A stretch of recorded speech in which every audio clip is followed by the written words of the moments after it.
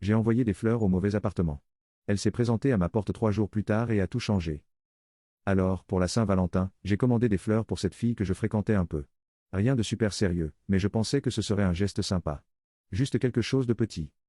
J'étais pressé et j'ai tapé son adresse trop vite. Je n'ai même pas remarqué que j'avais inversé 2 chiffres dans son appartement. J'ai cliqué sur passer la commande et j'ai continué ma journée. J'ai reçu la confirmation de livraison quelques heures plus tard, mais pas de texto. Pas de merci, pas de c'est magnifique, rien. Juste le silence. Le lendemain, toujours rien. Au bout de 3 jours, je me suis dit, bon, cool, je suppose que c'est fini. C'était un peu nul, mais tant pis. Puis quelqu'un a frappé à ma porte. Cette femme était là, avec les fleurs à la main.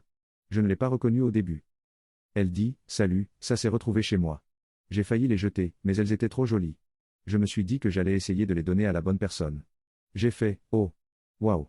Ouais. C'était pour quelqu'un qui n'a pas vraiment répondu. Elle a souri et a dit, tant pis pour elle. Et puis, avant de partir, elle a un peu rigolé et a dit, tu as bon goût quand même.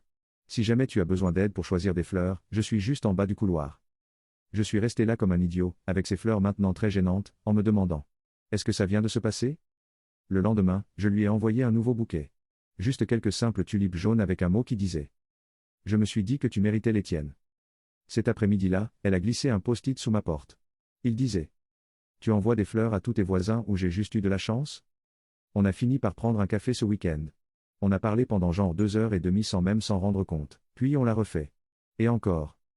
Maintenant, c'est presque un an plus tard, on est toujours ensemble. Elle se moque toujours de moi parce que je ne sais pas taper une adresse. Je lui offre toujours des tulipes de temps en temps, surtout quand je ne sais pas quoi faire d'autre.